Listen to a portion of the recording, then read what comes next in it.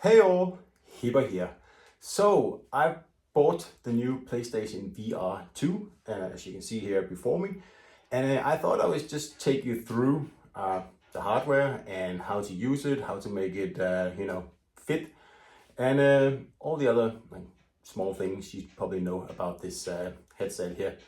So one of the first obvious improvements on this PlayStation VR2 over the PSVR1, that's like a few 5-6 years old, is that you only need one cable to connect it to your PlayStation 5. Like honestly, you just take this USB-C, plug it into the PlayStation 5, and that's it. And the USB-C is on the front of the PS5 as well, so it makes it so much easier.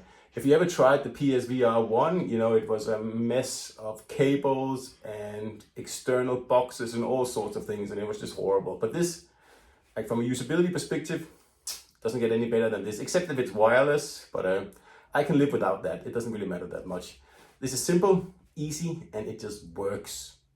All right, guys, so the headset itself, the build quality is excellent. Like it's really, really nice, and it fits excellent on anybody's head. Like I've tried it on a few people's, noggins, and it fits really, really well. No one would complain about it. Plenty of adjustment, and pressing the button in the back will, allow you to put it on even the largest heads out there.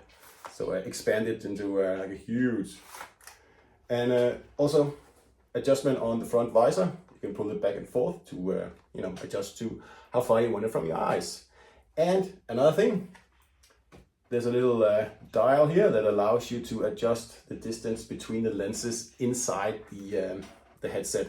So this way you can make it fit perfectly on you, and that's important because you get the best experience when you have a perfect fit in the headset. All right. Next up, we have the two PSVR Sense controllers here that are responsible for pretty much the other 50% of the illusion. And all you do is just put one in one hand, and don't forget to wear this little ribbon here because sometimes things can get a little heated. And obviously you're supposed to have one in each hand like this, and then the headset on at the same time. Once you do that, you'll be able to see your hands in the game and finger tracking as well. So once you click the triggers and the buttons, it will actually show up in the game. So you can, point fingers, or you can have an open fist or a closed fist, and it works perfectly, and there's no delay at all. It's really well made. The battery in these things lasts about 4 hours, 5 hours if you're lucky, and that's fair enough because let's be honest here, playing in VR more than 2 hours can get a little queasy. So I think this is fine, and they recharge in an hour or something like that. So it's not a problem at all to me anyway. They also look really cool, and they fit in the hand really nicely. And trust me, when you play a VR game with a gun, this thing here is just perfect for giving you the experience of actually firing a gun.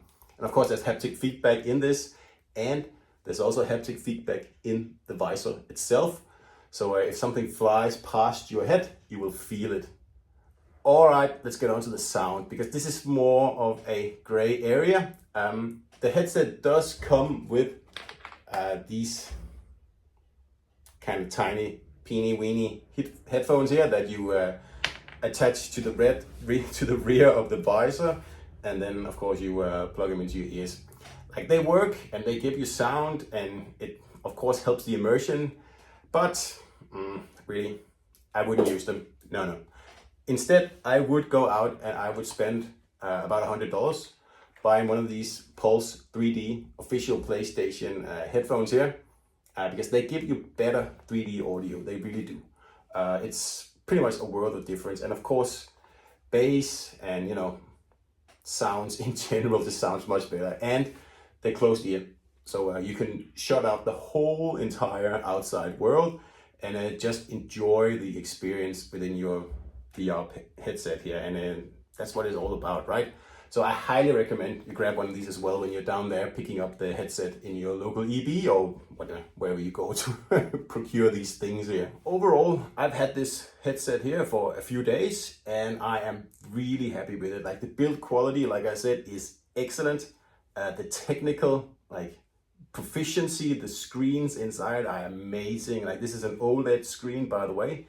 4K in theory, but once you actually play VR games, yes, the resolution will take a dive. Not as bad as the old VR headset at all. This is actually, you know, very, very nice. The graphics look really nice. There's no problem at all. The deep blacks that you get with an OLED screen, like in here, just makes a whole world of difference. Trust me, especially combined with high dynamic range, which this headset supports. So if you even play a game that's not supposed to be played in virtual reality, like let's take Dead Space, the new game, all the high dynamic range highlights in that game and the very dark surroundings work extremely well on PlayStation VR2. It's pretty much amazing. It's like having your own almost 200-inch OLED HDR screen at home.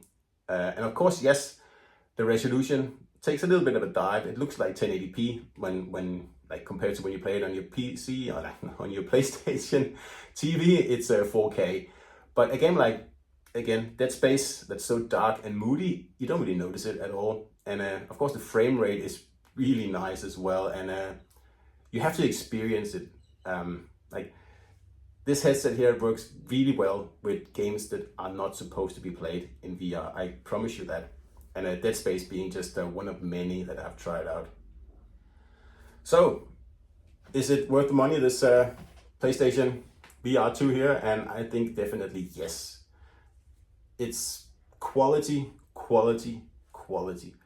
And you also get a very wide field of view.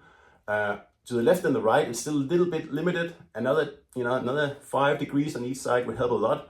But vertically, from like top to bottom, you don't notice you're wearing a headset. And it's almost perfect. Like I said, just a little bit more on the sides and you wouldn't have that, scuba dive feel there at all.